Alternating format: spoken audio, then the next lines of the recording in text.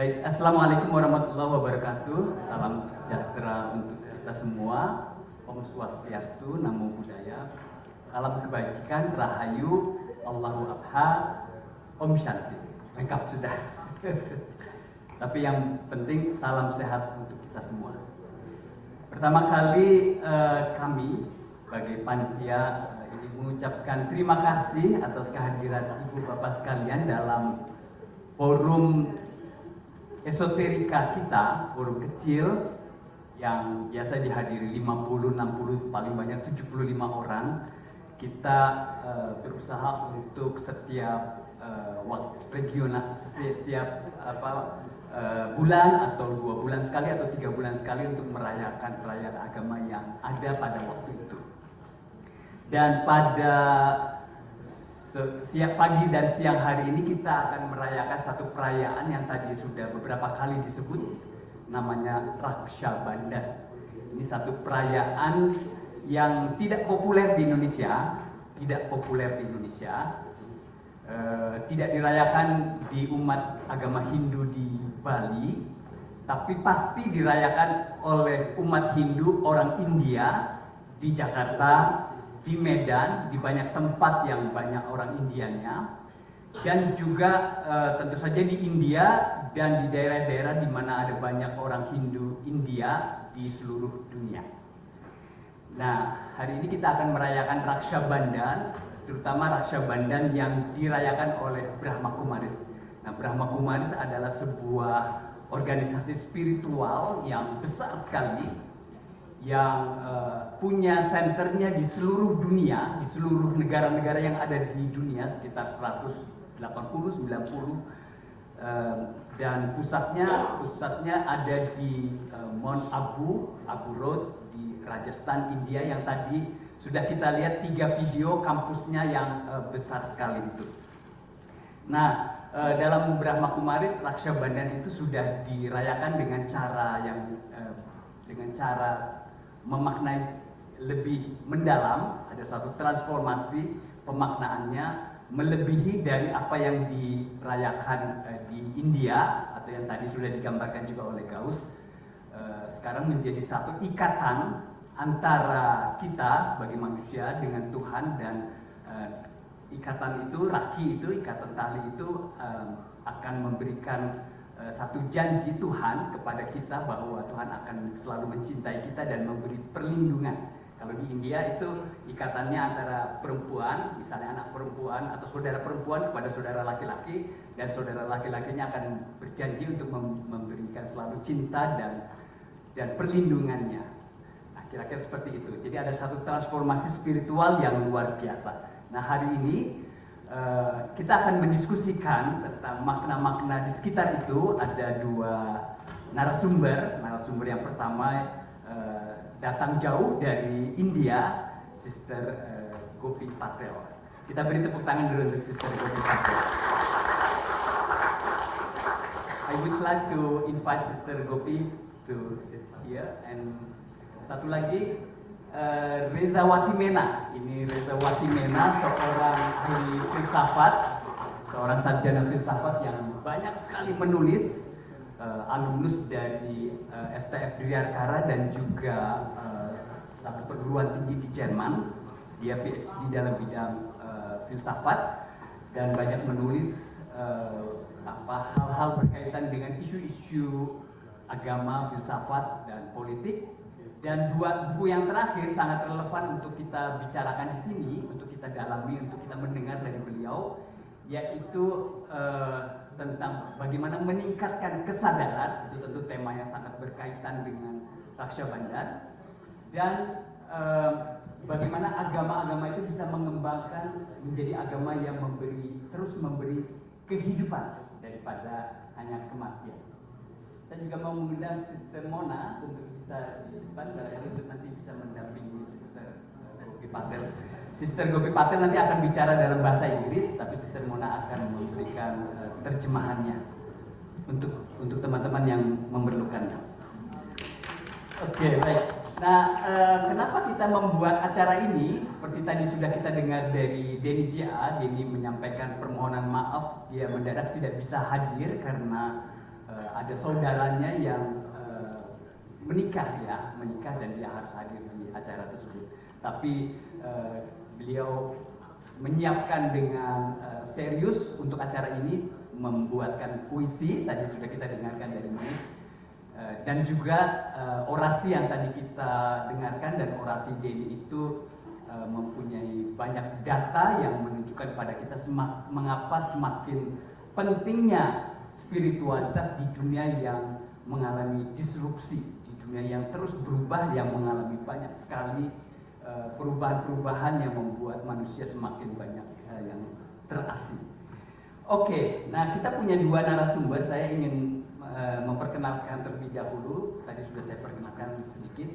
Pertama, Sister Gopi Patel. Beliau adalah guru yang sudah sangat senior dalam bidang spiritualitas dan meditasi, guru senior di Brahma Kumaris, seorang yang besar di Afrika dan kemudian di Inggris dan di India. Jadi beliau mempunyai latar belakang timur dan barat, sehingga saya kira nanti kita akan mendengarkan bagaimana Sister Gopi telah meramu sedemikian rupa hasanah-hasanah spiritual timur dan barat untuk bisa kita pakai sebagai satu wawasan untuk hidup di dunia modern ini.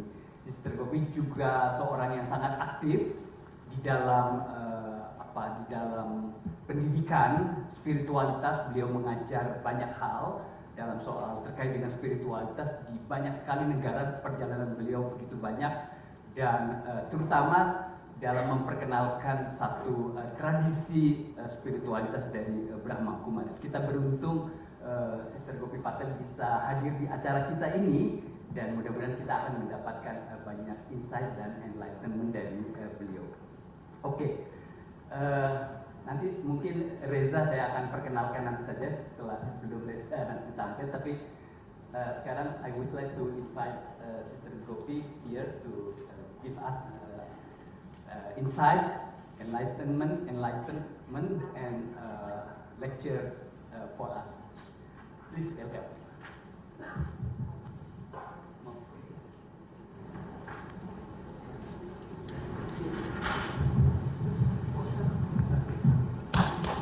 Kita minta tangan.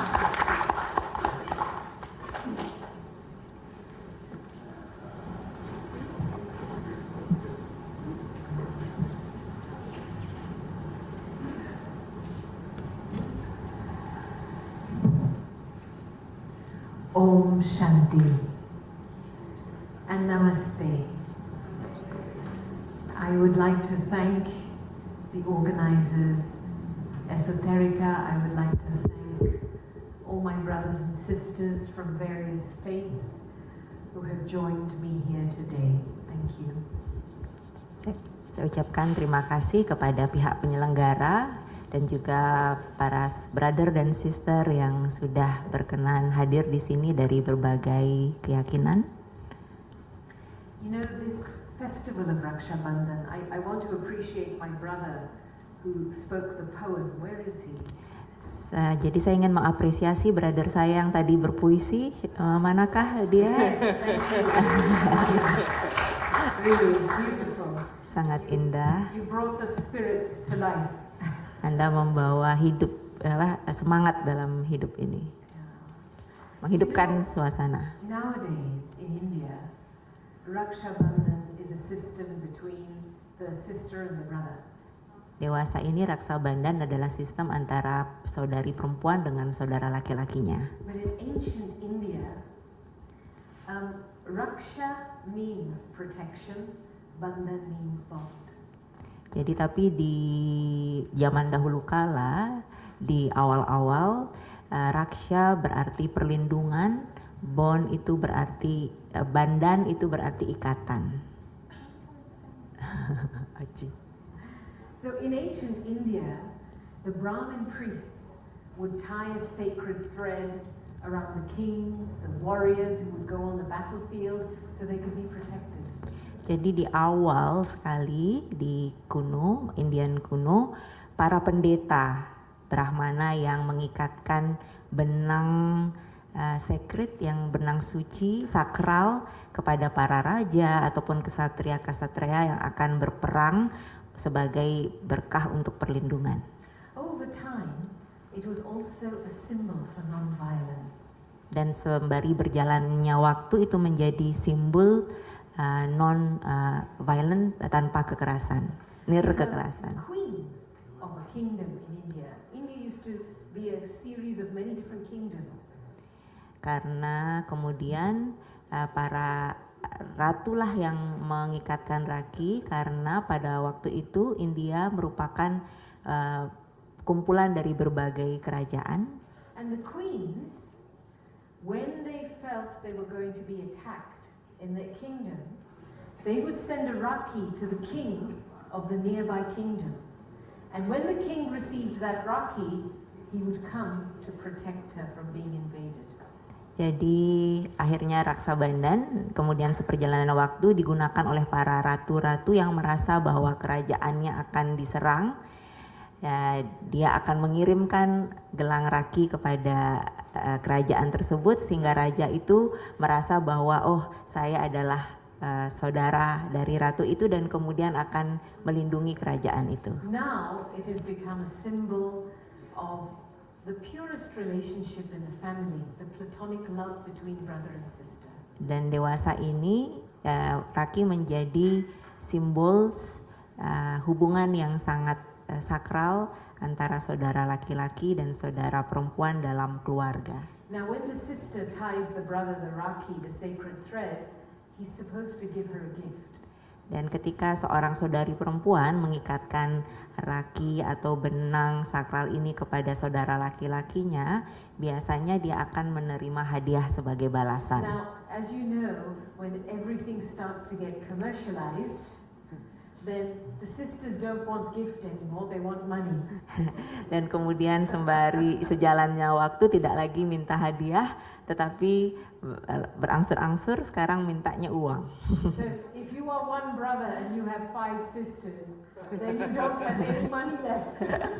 Jadi jika dalam satu keluarga satu perempuan sedangkan 5 saudara laki-laki, kebalik ya, satu laki-laki kemudian 5 perempuan, jadi brothernya bangkrut, tongpes. This is the situation with my brother. Jadi itu juga situasi yang dihadapi oleh saudara laki-laki, sehingga dia sudah tidak lagi menyukai festival Raksha Bandhan. Because he says all these sisters and he has 5, they come and empty my pockets. Karena dia mengatakan semua saudari perempuan saya datang untuk mengosongkan dompet saya. But you know, it's a very happy and joyous time. Dan itu Raksha Bandhan adalah momen yang sangat bahagia. And you know, I want to give you the context for it because that's important. Saya ingin memberikan secara kontekstual terlebih dahulu karena ini sangat penting. Raksha Bandhan comes at a time in the Indian calendar when it is the Hindu lunar month of Shravan. Jadi festival Raksha Bandhan ini terjadi di kalender Hindu-Hindia, di mana itu bulan what is the moon? Shravan, full moon. Oh, ketika bulan purnama. Yeah.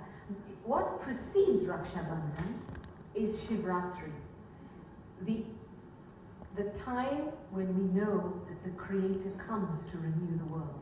Sebelum Raksha Bandhan ada festival yang namanya Shivaratri, di mana kita mengetahui bahwa Sang Pencipta datang untuk When the Creator comes to renew the world. Ya, ketika Sang Pencipta datang untuk memperbaharui dunia. All of our faiths have an understanding that the Supreme has a part to play in the renewal of the world. Semua kepercayaan memiliki keyakinan bahwa Sang Maha Tinggi memiliki peran untuk memperbaharui dunia. And then what is after Raksha Bandhan is what is Dashera. Dan festival setelah Raksha Bandhan adalah festival Dashera. It is the burning of Ravan, the symbol of the 5 vices. Yaitu pembakaran ogoh-ogoh, ya kalau Bali bilang ogoh-ogoh atau boneka besar Rahwana sebagai simbol membakar sifat-sifat Now, buruk. when we talk about the 5 vices, we talk about desire, lust, anger, greed, attachment, and arrogance. Jadi ketika kita berbicara sifat-sifat buruk ini sebenarnya mengacu pada keinginan atau nafsu, amarah, keserakahan, keterikatan, dan arogansi atau ego. And so in between these two is Raksha Bandhan. Dan di antara kedua festival yaitu Shivaratri dan Dashera, yaitu tengah-tengahnya itulah festival Raksha Bandhan. And we understand from a spiritual perspective that in order to conquer negativity, we need God's help. Sehingga dari sudut pandang spiritualitas kita tahu bahwa untuk bisa menaklukkan sifat-sifat buruk itu kita butuh bantuan Tuhan. And what does it mean to take power and help and protection from the Supreme? Jadi apa sih yang dimaksud dengan mengambil bantuan, mengambil kekuatan, mengambil energi dari Sang Yang Maha Tinggi? We talk about the Supreme, God, Allah, the Divine, whatever names are given, but we understand this energy is very pure and is truth. Kita menyebutnya dengan berbagai nama yang tadi disebutkan, tapi kita paham bahwa energinya begitu suci dan beliau adalah yang maha benar. We believe God exists, Kita percaya bahwa Tuhan itu ada. but to what extent is that belief helping me to transform myself? Tapi sejauh manakah saya mampu mentransformasi kepercayaan itu sebagai energi yang mampu mentransformasi hidup saya? To what extent is that belief helping me transform relationships? Dan sebesar apa, sejauh mana kepercayaan itu mampu mentransformasi saya dalam hubungannya saya menjalin relasi atau hubungan? And so the first step in Raksha Bandhan is taking an oath of purity.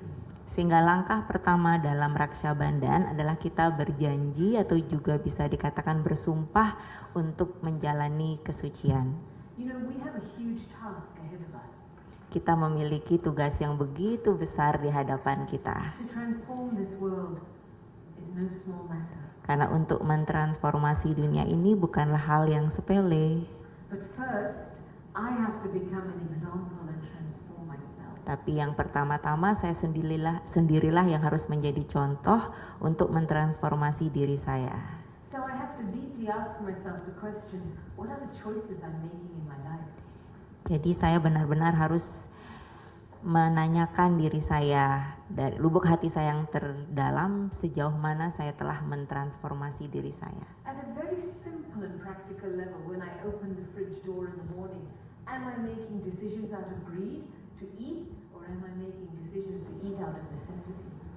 Hal yang paling nyata, yang paling sederhana dalam kehidupan sehari-hari, misalnya ketika kita bangun pagi dan membuka pintu kulkas, itu menjadi pilihan bagi saya apakah saya akan makan dikarenakan keserakahan atau berdasarkan kebutuhan saya. Because my every choice and decision is either strengthening the energy of greed in the world or strengthening the energy of truth in the world.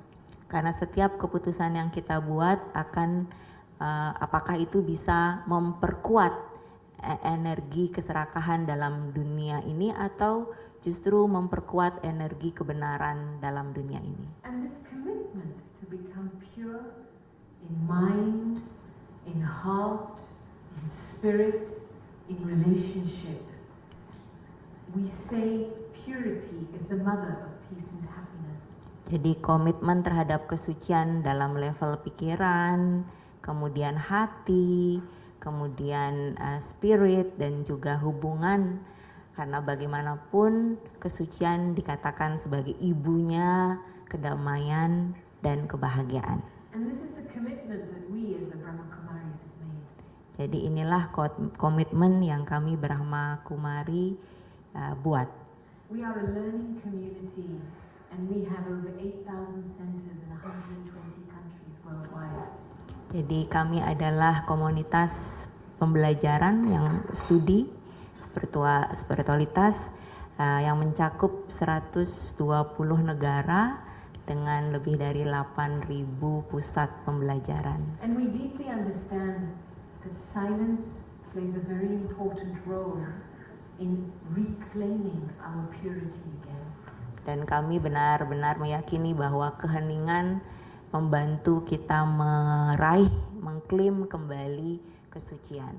You saw some of our places in India, our headquarters. Anda tadi telah melihat pusat studi kita di India.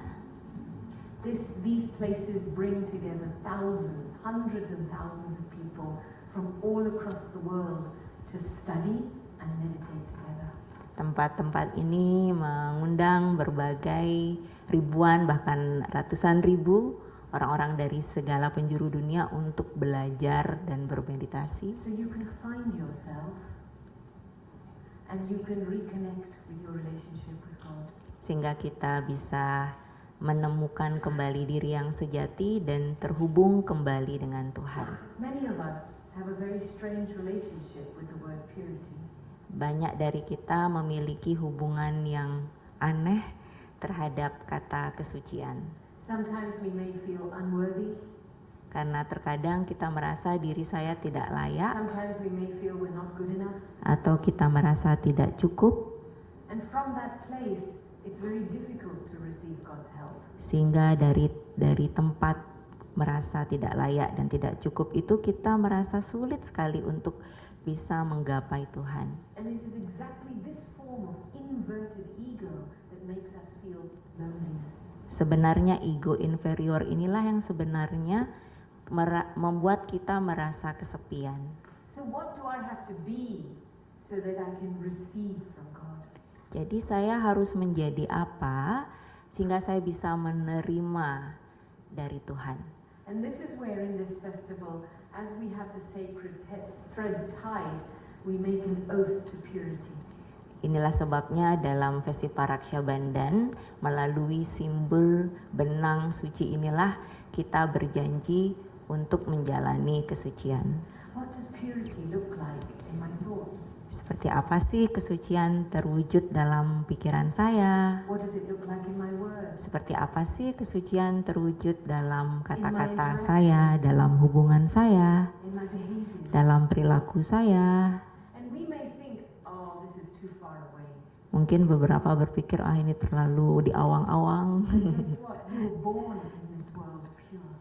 Tetapi kita semua terlahir dalam dunia yang suci, dalam dunia dalam keadaan suci. You may not remember your time as a baby, Mungkin Anda tidak bisa mengulang atau mengingat saat-saat Anda masih bayi, but when this little soul and being was born into the world, it was born in an awareness of its own purity.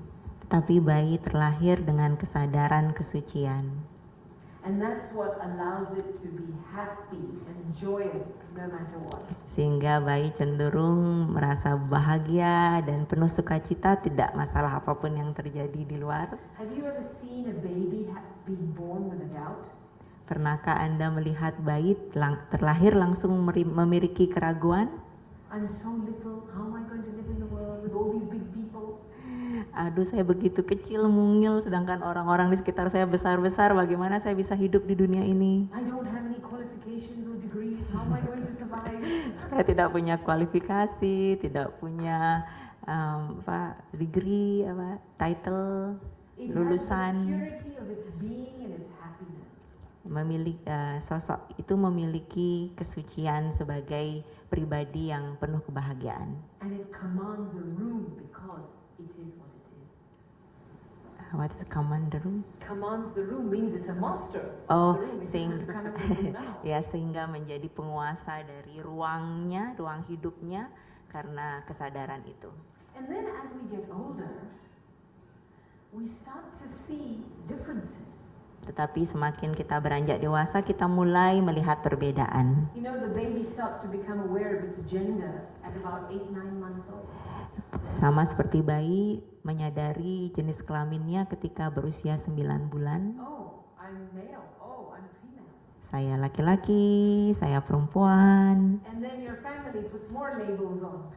Sehingga keluarga kemudian menaruh lebih banyak label lagi. You belong to this family. You come from this heritage.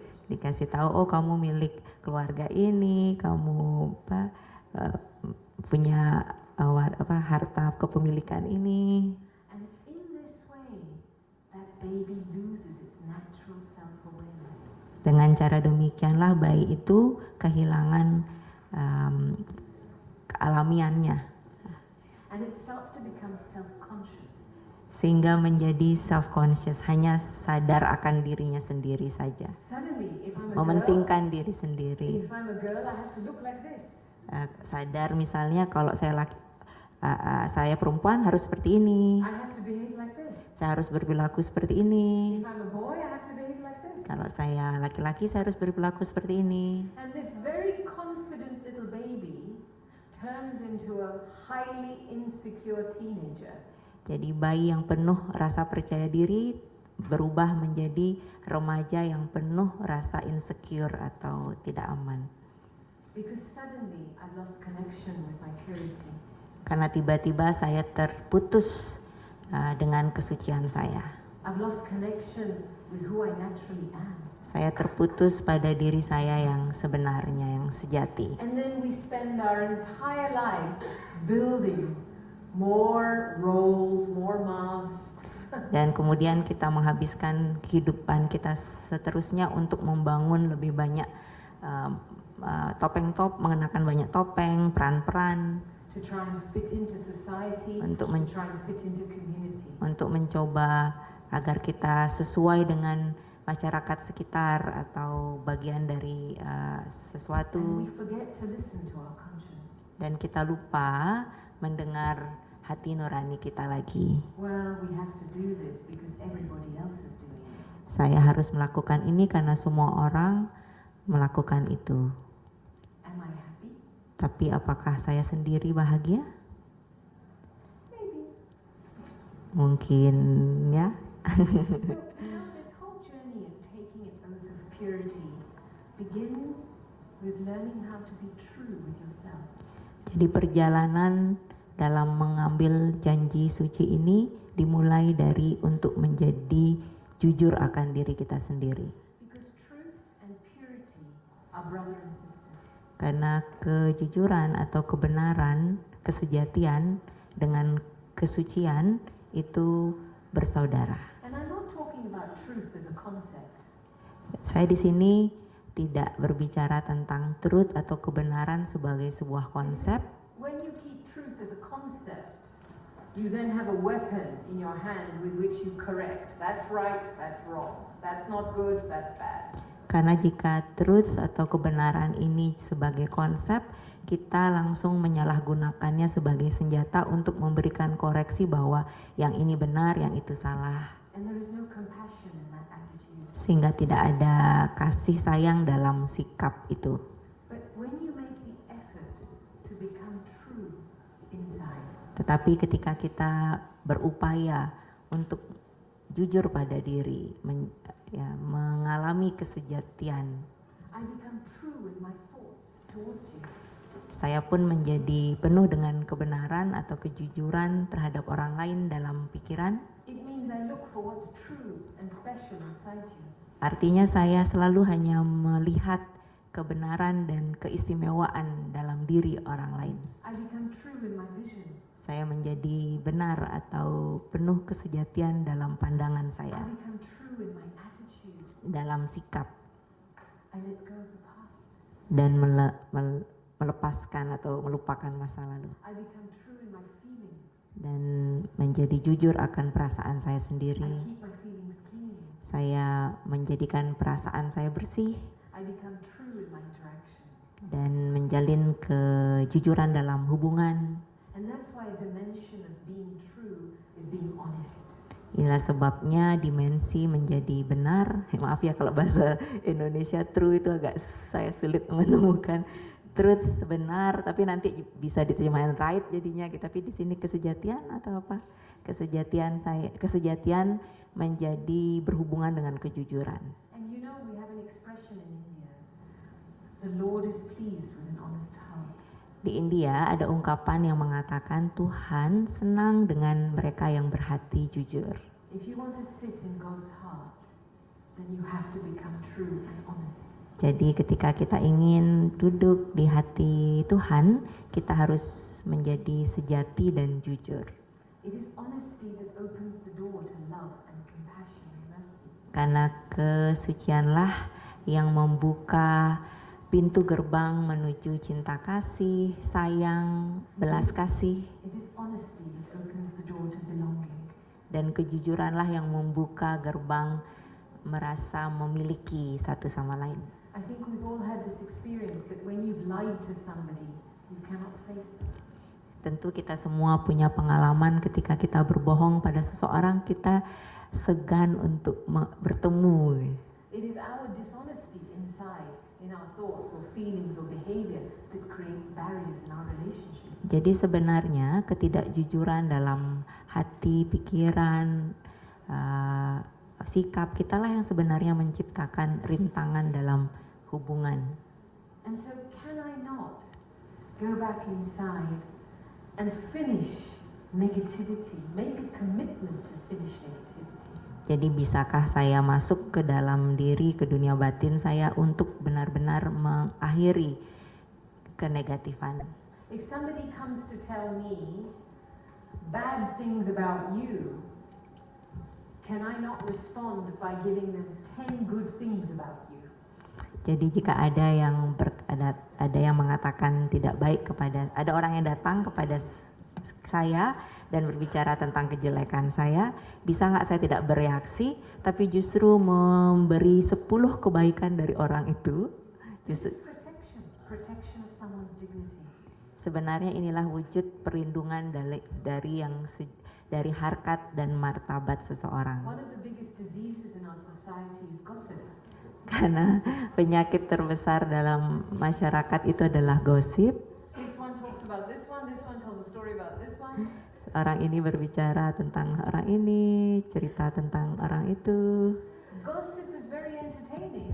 Karena gosip sangat menghibur. We like a good story, right? Karena kita senang cerita ya, senang cerita yang bagus. But it has a destructive effect on people's dignity. Tetapi itu justru memiliki dampak merusak harkat martabat So I seseorang. started a new movement, constructive gossip. Jadi saya mau mulai gerakan yaitu gosip yang bersifat membangun. If you want to gossip, no problem, but let it be constructive. Gosip tidak apa-apa, tapi pastikan itu bersifat konstruktif. Talk about their specialities, talk about what good they do, talk about their goodness. Di mana bicaralah tentang keistimewaan mereka, hal-hal bagus yang mereka lakukan, apa nilai yang mereka You know miliki. what that means? You have to make effort to find something good. Itu berarti apa? Kita berupaya untuk menggali keistimewaan dari orang itu. Because you know, it's this change in our vision that will ultimately bring a change in our world. Karena perubahan dari pandangan atau visi kitalah yang mampu mengubah dunia ini. It's through these eyes that people will feel safe. Karena melalui mata inilah orang-orang mampu merasa aman. So am I ready to make that commitment to being true and to being pure? Jadi apakah saya siap untuk menjadi diri saya yang sejati, berkomitmen untuk berada dalam kebenaran, Because menjadi God is benar, looking for such sejati. helpers. Karena Tuhan sedang mencari, membuka lowongan pada pembantu-pembantunya yang He demikian. doesn't just want us to sing His praise. Karena Tuhan tidak hanya ingin kita sekedar menyanyikan pujian-pujiannya, He wants helpers and angels that can do His work. tapi beliau benar-benar membutuhkan penolong-penolong sebagai malaikat-malaikatnya That can create bridges of love and mercy. yang mampu menjembatani cinta kasih dan belas kasih, That heal wounds and heal sorrow and make people feel they belong again. yang mampu menyembuhkan rasa sakit, ya luka, kesengsaraan, sehingga orang-orang merasa bahwa mereka itu milik, ya, merasa menjadi milik dari sesuatu atau dari beliau lagi. So Raksha Bandhan has a very profound meaning. Sehingga Rakshabanan sejatinya memiliki makna yang begitu penting, It's reaffirming this commitment to my inner purity and truth. menguatkan kembali komitmen pada kesejatian diri, kesucian dan kebenaran, to be in truth. untuk berada dalam Because the thread kebenaran. is not going to just, the time thread is not going to protect you. Karena kalau hanya sekedar mengikat benang atau gelang, itu tidak akan benar-benar melindungi, But the intention and the pure thought you have it tied with is what protects you. tetapi niat, ketekad bulatan kita yang menjadi perlindungan. Ultimately, the greatest protection in our life is our purity and our truth. Karena pada akhirnya nanti yang menjadi pelindung dalam hidup kita adalah kesucian kita dan kesejatian di dalam diri kita, It keeps us close to God, yang akan membawa kita dekat and it Dengan- dissolves barriers between us. Tuhan dan akan menghancurkan segala bentuk batasan-batasan atau barrier, rintangan, akan menghilangkan batasan-batasan di antara kita semua. So I'd like to now close with a little meditation. Jadi sekarang saya akan menutup sesi yang Ibu sebelum Bapak dengan meditasi. And I'm going to ask Sister Mona to do it in Indonesian language because I don't speak Indonesian. Oke, saya akan memandu dengan bahasa Indonesia. Jadi silahkan mencari posisi duduk senyaman mungkin.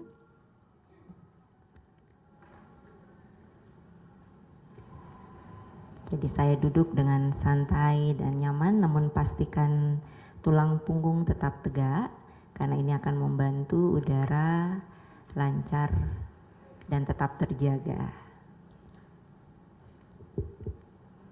Saya atur nafas dengan lembut dan teratur. Saya rasakan udara yang masuk melalui hidung, mengalir di sekujur tubuh ini.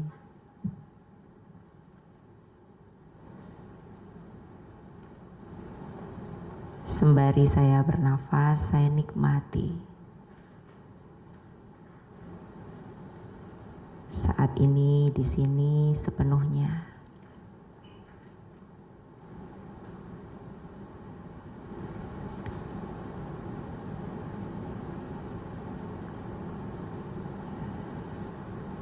Bernafas secara sadar ini membantu saya perlahan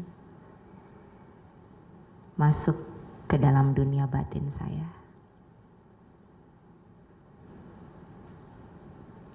Saya mampu mengenali pikiran yang datang dan pergi, perasaan yang datang silih berganti.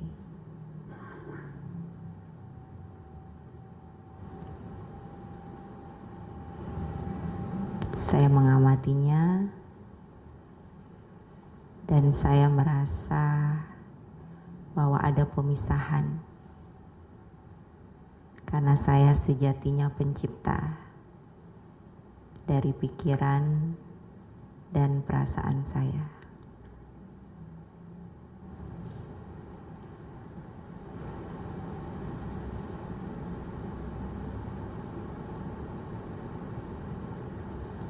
Saya sadar bahwa ada energi yang menggerakkan badan ini. Dan badan yang terdiri dari 5 unsur ini bukan saya.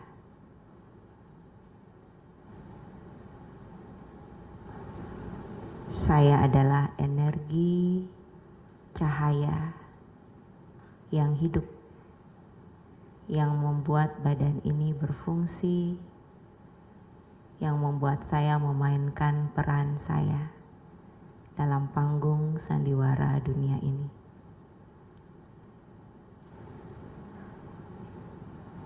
Saya rasakan energi cahaya mulai terpancar dari tengah-tengah dahi saya.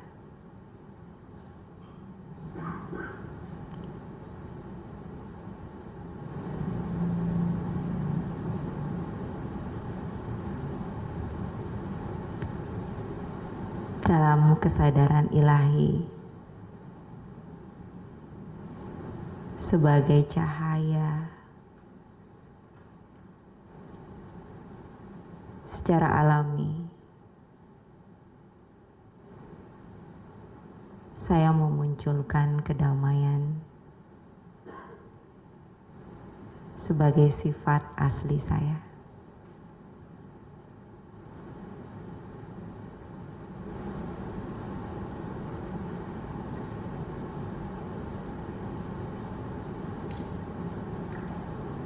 Saya adalah energi yang murni, yang begitu suci.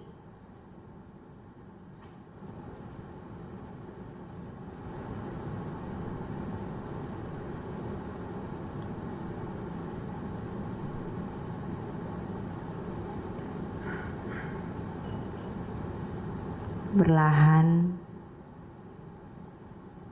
timbul cinta kasih yang bergerak begitu lambat tapi pasti dalam diri saya.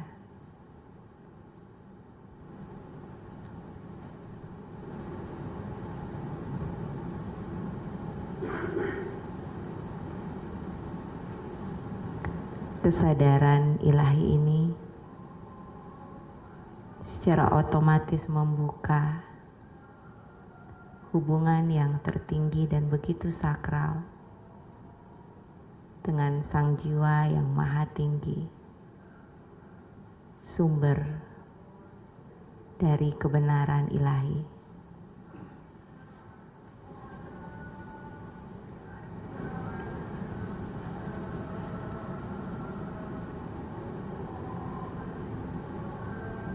Saya Sang Jiwa, energi cahaya ilahi terhubung dengan Sang Sumber yang Maha Besar, Maha Agung, tapi begitu dekat.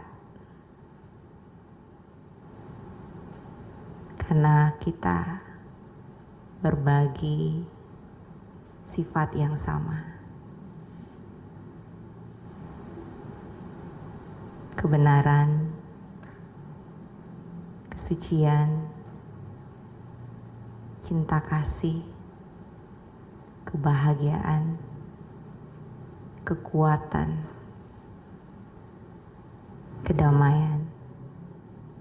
Saya kembali lagi terhubung pada Sang Sumber. Saya kembali lagi ke akar. Saya terisi kembali sehingga ketika saya penuh dengan sifat alami ini, saya bisa membantu sebagai perpanjangan tangan untuk berbagi energi kebenaran, energi kesucian sebagai dasar yang mengikat dalam ikatan cinta kasih antara Sang Pencipta dengan ciptaan dan sesama ciptaan dalam jejaring ilahi dunia yang penuh dengan keberlimpahan. Saya rasakan dan bayangkan seluruh diri saya berubah menjadi energi cahaya yang bersinar, menerangi ruangan di sekitar sini, negara ini, dan dunia.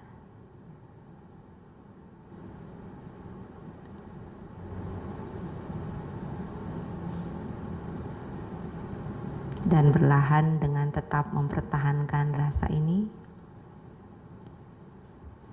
dalam kesadaran ilahi ini, saya membuka mata dan mewujudkannya dalam kehidupan saya. sehari-hari.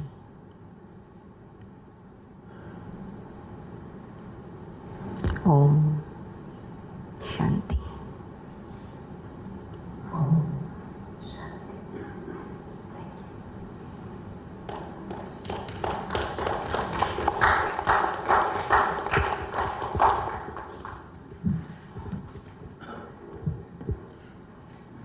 Thank you, Sister Gopi Patel, for your insight and on spirituality and Raksha Bandhan. Terima kasih juga untuk Sister Mona yang sudah membuat kita menjadi lebih jelas telah menerjemahkan tadi apa yang dikatakan oleh Sister Gopi. Baik, Ibu Bapak sekalian, sahabat-sahabat semua, tadi kita sudah mendengar uraian dari Sister Gopi tentang Raksha Bandhan.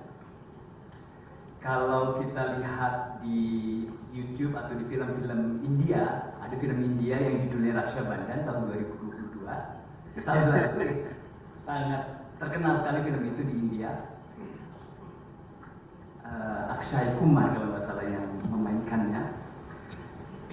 Itu ada aktivitas Raksha Bandhan di rumah-rumah ya pada tanggal, kalau kemarin itu tanggal 30 Agustus ya, 30 Agustus. Nah, Brahma Kumaris juga punya aktivitas Raksha Bandhan itu. Nanti dari teman-teman dari BK akan memperlihatkan bagaimana sih sebenarnya upacara atau aktivitas Raksha Bandhan itu dilakukan. Hanya sekedar contoh saja, tapi nanti kalau ibu bapak sekalian ingin juga mendapatkan ikatan tali itu atau satu lagi tilak ya, silahkan nanti. Tapi sebelumnya kita masih punya satu narasumber lagi yang keren ya, yang luar biasa, seorang anak muda yang seorang filosof, sebenarnya filosof muda Indonesia yang terkemuka sekarang ini. Wakimena ini sama-sama dengan saya, alumnus dari STF Griarkara, tapi beliau lebih pintar dari saya. Biasa murid biasanya lebih pintar daripada gurunya. Reza akan memberikan kita wawasan dalam mungkin 15, paling lama 20, 30 menit, paling lama sekitar 30 menit sudah terlalu lama. Mengembangkan, judul kita itu mengembangkan kesadaran spiritual dalam beragama. Kebetulan beliau baru menulis 2 buku tentang ini, tentang pengembangan kesadaran dan tentang teori agama, sehingga kita bisa menikmati dalam bentuk esensi apa yang menjadi inti dari 2 buku yang beliau launching dalam beberapa waktu yang lalu. Oke, kita beri aplaus terhadap Reza, dan teman-teman admin mungkin bisa membantu untuk slide yang sudah disiapkan oleh Reza. Silakan Reza.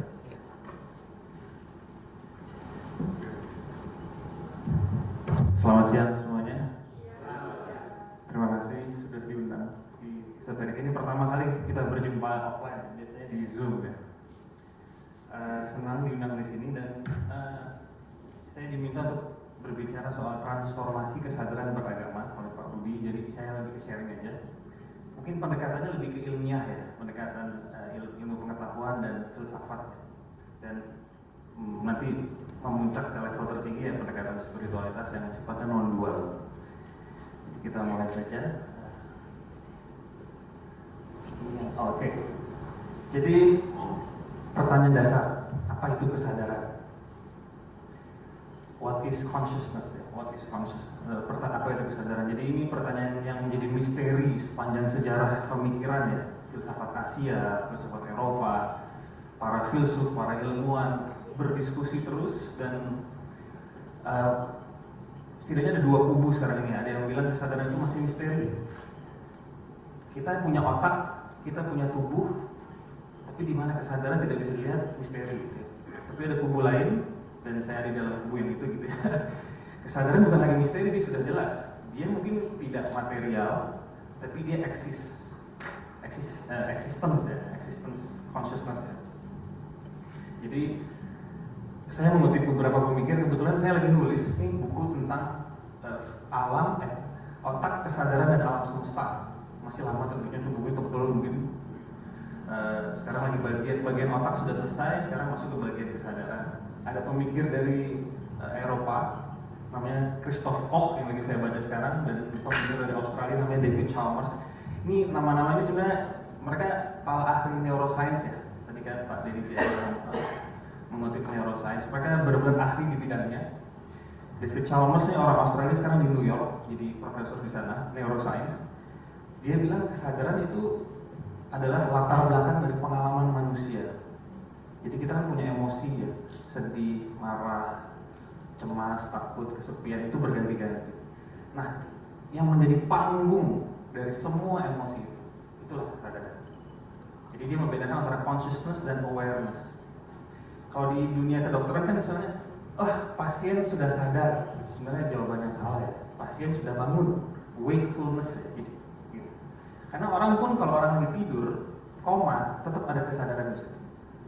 Jadi dia David Chalmers melihat kesadaran sebagai background, the background of experience, kesadaran, latar belakang atau panggung dari pengalaman manusia. Maka dia sifatnya tetap, tidak pernah dilahirkan dan tidak pernah hilang, jadi selalu ada. Pemikir lainnya, Christoph Koch, ini orang sebenarnya sangat saintis ya, jadi dia ahli computational neuroscience, bidangnya sangat teknis, sangat kering, apalagi buat kita orang filsafat yang suka studi kalau ini pakaran apa gitu, isinya tuh algoritma, data-data dari MRI gitu. Dia nulis buku baru tahun lalu ya, seperti dia mengalami transformasi kesadaran si Pak Christoph Koch ini. Dia menulis buku judulnya The Feeling of Life Itself, itu judulnya, rasa kehidupan itu sendiri. Saya lagi baca, berulang-ulang saya baca lagi untuk buku saya. Dan dibilang kesadaran adalah tidak lain tidak bukan adalah kehidupan, pengalaman bahwa saya hidup. Ini kok pendek banget. Pengalaman bahwa saya hidup, bahwa saya sekarang ini Reza sedang berbicara, teman-teman sedang mendengarkan. Ini kan sebuah experience ya, pengalaman. Dan inilah kesadaran. Dan ini adalah hal yang tidak bisa dibantah di muka bumi ini. Kita bisa membantah dunia materi itu hanya ilusi, kita bisa membantah Tuhan itu mungkin tidak ada, agama itu ilusi, kita bisa membantah macam-macam, tapi kita tidak bisa membantah bahwa kita sedang mengalami sesuatu. Jadi Christoph Koch bilang inilah argumen yang tidak bisa dibantahkan bahwa detik ini saya sedang mengalami sesuatu. Bahkan ketika saya bengong pun ada the feeling of absence, pengalaman akan kekosongan, ketidakadaan pengalaman akan ketidakadaan pengalaman, nah gitu ya. Jadi kesadaran adalah pengalaman kehidupan, sesimpel itu, dan dia menjelaskan argumennya di buku itu. Kalau tertarik bisa lihat the feeling of life itself, judulnya udah bagus, perasaan kehidupan itu sendiri. Nah, itu dari penelitian neuroscience, tradisi Eropa, sains, dan kita masuk ke tradisi Asia. Kesadaran adalah Satchit Ananda dari Advaita Vedanta ya. Satchit Ananda itu dari 3 kata sebenarnya. Sat itu eksis, di sesuatu yang ada. Chit itu adalah kesadaran, awake. Dan Ananda itu blissful. Jadi 3 kata ini. Kesadaran itu sekaligus dia eksis, ada, sekaligus dia awake, bangun, dan sekaligus dia blissful, membahagiakan, memberikan kedamaian yang luar biasa besar. Dan di dalam tradisi Advaita Vedanta ini adalah realisasi tertinggi bahwa kita, saya, teman-teman, Budi, Gowi Batal, kita ini the true self, kita yang asli adalah Satchit Ananda, existence, consciousness, bliss. Itu diri kita yang sejati. Dan seluruh proses belajar ya, filsafat, meditasi, yoga adalah mengantar kita ke realisasi kesadaran Satchit Ananda. Sebenarnya agak mirip dengan tradisi Brahma Kumaris tadi ya, seperti yang dijelaskan. Nah, saya mencoba merumuskan teori transformasi kesadaran. Jadi ini teori yang saya rumuskan dari baca banyak banget bahan ya, dari filsafat Eropa, filsafat Asia, dari pengalaman pribadi juga. Dan transformasi kesadaran itu berarti realisasi kesadaran seutuhnya. Jadi inklusivitas radikal saya nyebutnya, keterbukaan. Jadi kesadaran itu pada dasarnya dia selalu ada, eksis, dan dia tidak terbatas. Cuma orang itu pengenalannya sedikit. Nah, ada orang yang mengenalinya secara terbatas, secara sempit, dan ada orang yang mengenalinya secara luas. Dan itu terlihat dari ciri pribadi orang itu. Jadi teori transformasi kesadaran ingin membawa kita dari kesadaran atau realisasi kesadaran yang sempit tadi, yang terbatas, dan perlahan-lahan meluas dan sampai ke level tertinggi, level emptiness, kekosongan, yang tidak ada kata, tidak ada konsep, tidak ada teori lagi. Itu level tertinggi ya. Dan itu sebenarnya isinya dari teori transformasi kesadaran. Oke, lanjut. Jadi saya buat strukturnya seperti ini. Ini ada di buku saya, Teori Transformasi Kesadaran, edisi revisi 2, bisa di-download gratis di internet, bisa di-print. Kalau mau dijual untuk itu juga nggak apa-apa, silakan. Saya copyleft soalnya, bukan copyright, ya copyleft, silakan disebarkan. Makanya saya bikin dalam bentuk PDF biar bisa dipergunakan sesuai dengan kebutuhan. Jadi ada substansi teori transformasi kesadaran, ada antropologi. Antropologi itu artinya ciri-ciri manusia ya. Jadi ada kesadaran yang levelnya sempit, ciri-ciri manusianya seperti apa, perlahan-lahan sampai ke level tinggi dan level emptiness ya, sunyata ya. Itu tipe manusianya seperti apa, saya coba merumuskan. Dan ada metodenya, jadi saya berkali-kali menerima email, caranya gimana mas, caranya gimana mas. Jadi ada bagian metode juga, dan ada bagian resistensinya. Jadi tantangan apa yang muncul kalau kita ingin melakukan transformasi kesadaran, ingin menggerakkan kesadaran dari yang level paling sempit sampai yang paling luas, itu tantangannya apa? Lalu bagian terakhir, ini pertanyaan khas orang Indonesia, penerapannya bagaimana? Gitu kan. Saya tanya penerapannya terus. Jadi saya membedakan antara kontekstualisasi dan implementasi transformasi kesadaran. Jadi susunannya dari yang paling substansial sampai yang paling praktis, semua ada di buku itu. Saya lagi menulis revisi ketiga, pelan-pelan, karena masih banyak hal yang juga. Oke, lanjut.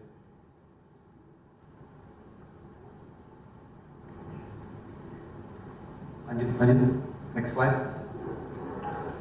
Jadi siang ini saya nggak mungkin menjelaskan semuanya, saya menjelaskan substansinya aja, esensinya aja. Tadi seperti permintaan Pak Budi karena sudah pada lapar, ini kesadarannya mulai menurun. Wakefulness-nya mulai menurun gitu, ada yang merem-merem. Jadi saya langsung ke intinya ya. Jadi ada 5 tingkatan kesadaran. Tingkat kesadaran yang paling rendah saya sebut kesadaran distinktif dualistik. Itu adalah kesadaran subjek objek yang sangat kuat. Aku berbeda dari kamu. Kami berbeda dari kalian. Jadi seperti tadi sudah disinggung dari tradisi Parma Kumaris juga, ada batasan-batasan yang dibuat secara artifisial. Saya orang Indonesia, kamu bukan orang Indonesia. Saya orang pribumi, kamu WNA. Nah di dalam kesadaran ini, distingsi dualisme itu begitu kuat. Subjek, objek, aku, kamu, kami, kalian. Dan di level ini orang biasanya penuh penderitaan, penuh kemarahan. Dia melihat perbedaan di segala sesuatu. Agama berbeda, ras berbeda, kelamin berbeda, dan perbedaan-perbedaan itu dipertegas, dimutlakkan. Dan akar pandangan ini panjang, saya jelaskan di buku saya juga. Nah di level ini semua konflik terjadi, konflik dalam batin maupun konflik antar manusia, konflik antar bangsa, NATO dengan Rusia, Cina dengan Amerika, Cina dengan Filipina, Cina dengan Vietnam, Rusia dengan macam-macam, semua konflik. Kalau kita melihat koran gitu ya, PKB dengan PAN, dengan Prabowo, dengan Anies, itu semua di level 1 semua itu ya. Kita berbeda, kami kelompoknya berbeda dari kalian berbeda. Itu semua bermainan di level 1. Distinktif, dualistik, sangat dualistik, konfliktual. Semua konflik manusia, semua penderitaan manusia terjadi karena orang terjebak di level 1. Nah, tingkat kedua saya sebut kesadaran imersif. Jadi tadi yang paling pertama kan sempit, yang kedua itu agak luas. Sudah melihat pentingnya orang lain, the other. Saya ada karena ada orang lain, maka mulai ada jembatan. Kalau saya menyebutnya teori-teori politik, filsafat politik, teori-teori keadilan yang sering dibahas di forum-forum itu sebenarnya di level kedua ya. Membangun toleransi. Forum esoterika sebenarnya antara 2 dan 3 ya. Jadi keberagaman itu dijembatani, kita rayakan, tapi tetap ada perbedaan. Tapi perbedaannya tidak mutlak. Perbedaannya cair, dibuat jembatan-jembatan, tapi tetap ada perbedaan. Level 3, saya sebutnya kesadaran kosmik holistik atau holistik kosmik. Di sini kita sudah melampaui dualisme ya. Yang pertama kedua itu level dualisme, yang ketiga ini semua perbedaannya, segala simbol identitas aku, kamu, kalian, mereka, simbol-simbol keagamaan menjadi sangat relatif dan bahkan lenyap. Orang lalu menjadi satu dengan segalanya. Makanya disebutnya cosmic consciousness, cosmic awareness. Identitas ego pribadi maupun ego kelompok lumer, melebur ke dalam perasaan cosmic consciousness, kesadaran kosmik ini. Dan di sini muncul kebahagiaan yang luar biasa besar tadi ya, Satchit Ananda. Orang menyentuh kesadaran kosmik dan otomatis dalam diri itu muncul kedamaian dan kegembiraan yang luar biasa besar. Dan orang yang gembira dan bahagia itu biasanya juga baik sama orang lain. Jadi nggak perlu disuruh bermoral lah. Kalau orang sudah bahagia, sudah pure ya, sudah murni, dia otomatis akan penuh cinta kasih pada sekitarnya tanpa perlu disuruh, tanpa perlu diajarin macam-macam. Nah, ini level ketiga. Ini level kosmopolitanisme di dalam tradisi filsafat Yunani ya, menjadi seluas semesta. Lalu level keempat adalah kesadaran meditatif. Nah, meditatif ini sebenarnya selangkah lebih maju. Setelah saya menyentuh kesadaran kosmik di dalam diri saya tadi ya, yang seluas semesta, apa yang bisa saya lakukan untuk dunia? Ini ada aspek etis. Saya menyebutnya correct situation, correct relation, correct action. Artinya kita bisa bertindak tepat dengan kesadaran tadi, bertindak tepat untuk menolong semua makhluk dari saat ke saat. Menolong semua makhluk dari saat ke saat. Di sini kesadaran kosmik bertransformasi menjadi tindakan-tindakan etis dari saat ke saat untuk menolong semua makhluk. Ini saya ambil dari tradisi Zen sebenarnya, semangat bodhisattva ya. Jadi hidup untuk menolong semua makhluk dari saat ke saat. Nah, cinta kasih itu compassion muncul di sini, tapi bukan compassion yang, kalau saya nyebutnya compassion yang menye-menye ya. Compassion itu kadang-kadang kita harus keras. Polisi yang menilang pelanggaran lalu lintas dengan keras, itu sebuah compassion. Ibu yang memarahi anaknya bermain api dengan galak, itu juga sebuah compassion. Saya dulu retret Zen di Hongaria 3 bulan, lagi meditasi ketiduran, getok pakai kayu, wah merah di sini. Tapi itu compassion itu. Daripada saya ngiler-ngiler gitu kan sambil meditasi. Gitu. Jadi compassion itu luas sifatnya. Di sini level keempat ini itu disebut correct action. Momen ke momen saya bertindak baik, tapi bertindak baik tidak berarti harus selalu lembut, karena kita harus agak keras. Tapi kekerasan bukan karena kebencian pada level pertama, tapi karena kesadaran yang lebih tinggi. Nah, level kelima ini level mistik ya, kesadaran kekosongan.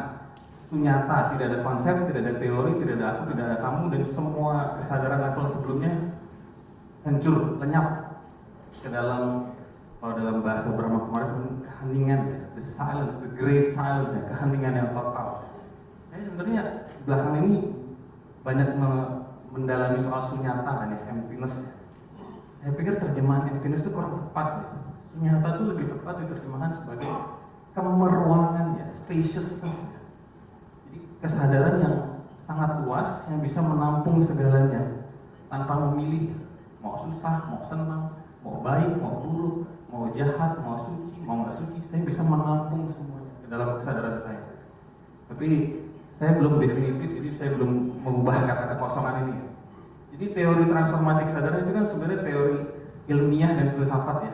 Maka terbuka untuk diskusi, terbuka untuk perubahan, dan saya tidak bilang inilah jalan kebenaran dan kehidupan, enggak juga gitu. Jadi silakan kalau ada yang nggak setuju ingin diskusi, tapi sejauh ini yang saya terapkan buat hidup saya sendiri, dan kayaknya juga banyak yang terbantu gitu dengan teori ini. Nah, pertanyaan berikutnya, bagaimana menerapkan itu dalam bidang agama?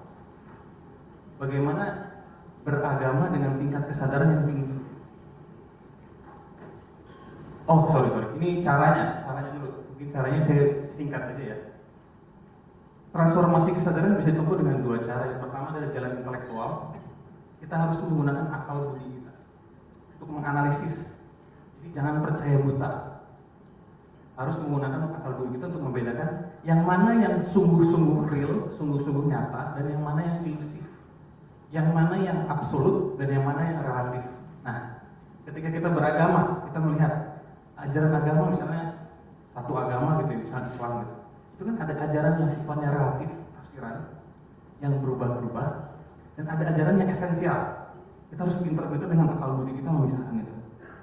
Dan bukan hanya dalam soal beragama, dalam soal kehidupan pun kita harus bisa membedakan. Itu yang disebut viveka, seperti tradisi Vedanta. Menimbang-nimbang, oh ini real, ini saya bisa ganti-ganti sedikit. Kalau di Zen itu malah lebih parah lagi. Zen Master itu banyak yang satu yang saya sebut namanya IQ, Zen Master dari Jepang. Dia itu sudah tercerahkan, sudah Zen Master, tapi dia hobi ke pelacuran, main pelacur, minum-minuman sake gitu sambil mabuk-mabuk nari-nari di rumah bordil gitu. Tegur kan sama bosnya, kamu kok Zen Master tapi mainnya di rumah bordil? Ya karena di sana banyak orang menderita ya. Makanya saya ke sana. Kalau saya Zen Master kerjanya di temple, orangnya sudah tercerahkan semua, sudah baik-baik ya di forum esoterika gini ya. Orangnya sudah damai gitu. Tapi kalau di pelacuran konsumennya stres, yang bekerja di studio stres gitu ya. Di situ kita harus berkarya. Dharma harus masuk ke rumah pelacuran gitu. Nah ini tadi kemampuan membedakan, intinya adalah kita membantu semua makhluk. Caranya bagaimana? Relatif, itu digunakan sesuai kebutuhan. Itu yang pertama. Terus yang kedua adalah jalan spiritual, meditasi dan yoga. Meditasi secara sederhana bisa diartikan dua hal. Yang pertama adalah mengamati secara sadar sensasi-sensasi dalam diri, nafas, detak jantung, suara, sensasi-sensasi di badan, itu disadari sepenuhnya. Dan level kedua adalah menyadari kesadaran. Ini mungkin yang level berikutnya, menyadari subjek yang sedang menyadari. Itu agak ribet, jadi menyadari sang sadar. Itu metodenya. Lalu ada yoga juga sebuah metode yang sangat sistematik untuk membawa orang melakukan transformasi kesadaran. Dari mulai asanas, postur-postur, ada filsafatnya juga, ada pranayama, olah nafas. Semuanya tujuannya apa? Memecah ego, mengangkat kita ke level kesadaran yang lebih tinggi, bahkan lenyap ke level sunyata tadi. Ya ini metodenya. Detailnya bisa dilihat di buku. Oke, lanjut. Nah, lalu saya menulis buku berikutnya judulnya Teori Tipologi Agama. Jadi saya nulis dua buku ini kayak dalam keadaan trans ya. Bangun tidur, belum mandi, belum ngapa-ngapain, tiba-tiba bikin nulis ya. Lalu tumpah, dalam 2 hari 3 hari selesai buku itu. Dan karena saya malas berurusan sama penerbit, harus editing, layout, pertimbangan pasar segala macam, saya terbitin dalam bentuk PDF lalu saya sebar gitu. Begitu pula yang kedua ini. Jadi saya membedakan 2 bentuk agama ya. Ini kan pendekatan kritis. Ada agama kematian dan agama kehidupan. Agama kematian ini adalah agama yang berfokus pada kematian. Kehidupan selama mati itu menjadi obsesi, sehingga mengorbankan kehidupan di sini dan saat ini. Alam dirusak, budaya dihancurkan, manusia lain dipersekusi, disiksa, didiskriminasi. Ini adalah agama kematian. Jadi obsesinya memang dunia sana yang sebenarnya belum jelas, masih penuh spekulasi. Tapi dengan obsesi itu dia mengorbankan dunia yang di depan mata, menyakiti orang lain, keluarganya, bahkan teman-teman seagamanya gitu. Nah, pertanyaan apakah agama kematian itu hanya satu agama? Saya melihatnya agama kematian itu kayak kanker. Dia ada di semua agama. Ada semacam sisi gelap dari agama-agama dunia ya. Sisi gelap, sisi yang mengeras, tertutup, keras, dan itu bisa ditemukan di semua agama. Tinggal kita jeli aja. Kebetulan di Indonesia agama-agama Abrahamik yang kuat bisa dengan jelas dilihat. Inilah ciri agama kematian. Kalau kita mungkin ke India, ke Amerika Selatan, ada ciri agama kematian yang sama juga di agama setempat. Jadi tadi kemampuan Viveka tadi melihat tadi juga. Nah, ada banyak cirinya agama kematian. Jadi intinya adalah agama kematian itu agama yang tidak berpijak pada pengetahuan ya, tapi agama yang berpijak pada tahayul, superstitions, pada ajaran-ajaran yang tidak punya dasar logika, tidak punya dasar rasional, dan tidak punya dasar pada alam semesta. Ajaran-ajaran tidak koheren gitu. Misalnya, saya harus berbuat baik. Kenapa harus berbuat baik? Pokoknya harus berbuat baik. Kalau tidak, kamu akan dibakar. Apa dasarnya? Kenapa saya dibakar? Apa itu baik? Jangan tanya-tanya. Itu kalau gitu sudah, ini ini bau-bau agama kematian ya. Tidak ada koherensi logis itu dari ajaran ke ajaran. Yang ada adalah pemaksaan dan ketakutan. Agama yang berpijak pada ketakutan. Lalu yang buahnya adalah intoleransi, merusak hidup bersama, kekerasan, terorisme, dan penindasan terhadap perempuan. Ya, itu ciri-ciri agama kematian ya. Dan agama kematian sebagai substansi itu membuahkan perilaku-perilaku yang saya sebut sebagai agama infantil ya. Agama yang kekanak-kanakan, yang perilaku beragamanya kekanak-kanakan. Terobsesi pada penampilan luar, suka pamer, flexing religi saya nyebutnya. Suka pamer atribut-atribut keagamaan tanpa paham esensi ya. Fanatisme, tuli dan buta pada kritik, pada diskusi, pada saran dari pandangan-pandangan lain. Dan yang akhirnya ya perilakunya membawa kekerasan dimanapun dia berada gitu. Nah, saya bilang agama kematian ini seperti kanker ya, yang dia menggerogoti. Jadi ada satu agama, lalu ada sekte atau sempalan gitu ya, sempalan yang menggerogoti agama itu dari dalam dan kemudian membuat semuanya jadi busuk.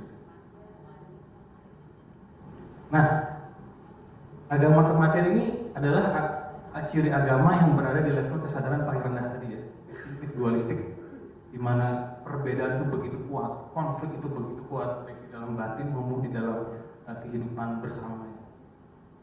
Nah, berikutnya adalah agama kehidupan. Agama kehidupan persis sebaliknya, jadi tinggal dibalik aja sebenarnya teorinya gitu, dibalik aja. Agama kehidupan adalah agama yang berada atau dikembangkan, dihayati dengan tingkat kesadaran yang sedang tinggi ya.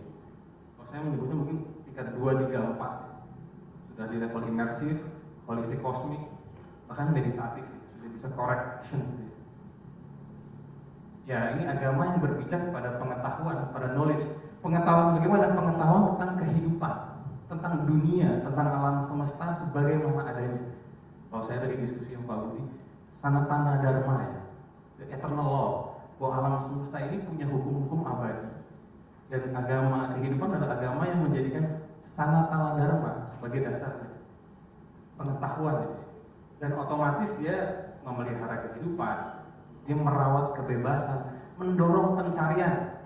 Jadi umat beragama itu didorong untuk belajar, untuk bertanya, mempertanyakan, mengoyak-ngoyak sampai dapat yang sungguh-sungguh real, yang sungguh-sungguh ini yang sudah nggak bisa dibantah lagi. Saya mau bantah semuanya, tapi ini nggak bisa dibantah lagi. Udah, itu seeker, pencarian. Buahnya adalah sikap pola asih, perdamaian, pemberdayaan perempuan. Jadi persis kebalikannya. Nah, agama kehidupan bisa diwujudkan jika orang beragama sudah melakukan transformasi kesadaran, seperti yang saya sebut tadi ya. Sudah menggunakan akal budinya, melatih batinnya, melatih spiritualitas, sehingga dia bisa naik ke level yang lebih tinggi, maka pola beragamanya pun juga berubah. Lanjut, dan agama kehidupan akan membuahkan sikap beragama yang dewasa ya. Tadi kan infantil, kekanak-kanakan, ini sifat agama yang dewasa. Bagaimana bentuk orang yang beragama secara dewasa? Fokus pada esensi. Atribut agama itu kan sifatnya relatif ya, bisa dipakai, bisa enggak, tergantung kebutuhan. Kalau lagi ada perayaan dipakai, kalau enggak, kalau lagi di sawah ya kita pakai baju ini. Saya dulu waktu retret dan itu di Hungaria, kebanyakan juga motong rumput ya, sama macul buat nanam, karena kita kan makan sayur dari kebun belakang. Itu biksu-biksunya pada pakai jeans, pada bawa pacul, gitu. Nggak kelihatan biksu sama sekali ya, kayak tukang bangunan, kayak kuli ya. Jadi memang kontekstual, atribut luar itu kontekstual. Lalu muncul kerendahan hati, sikap terbuka, kepekaan pada ketidakadilan ya. Jadi agama yang mendorong perjuangan-perjuangan untuk menciptakan keadilan sosial. Ini sebenarnya melawan diktum Karl Marx ya, bahwa agama adalah opium. Ya di luar ketidakadilan, malah kita di sini bernyanyi-nyanyi gitu. Ya, agama kehidupan adalah agama yang pada masalah-masalah kehidupan terdorong untuk berbuat sesuatu. Dan konflik itu kan tidak terhindarkan ya dalam hidup manusia ya. Baik di dalam rumah tangga, dalam hubungan sosial antar bangsa, konflik itu tidak bisa dihindarkan, bahkan itu seringkali produktif. Sejarah itu kalau kata Hegel itu bergerak dengan konflik, dialektika roh. Nah, pertanyaannya apakah konflik itu disesuaikan dengan jalan-jalan yang damai atau dengan perang? Itu aja pertanyaan. Kalau kita punya kesadaran yang lebih tinggi, transformasi kesadaran kita sudah luas, kita akan terus mencari jalan damai ya, dalam menyiasati konflik, karena itu nggak ada habis. Tapi kalau tingkat kesadaran kita masih rendah, kita beragama dengan infantil tadi ya, beragama kematian, kita akan perang terus sampai kapan. Jadi sebenarnya ini intinya teori transformasi kesadaran untuk kehidupan beragama.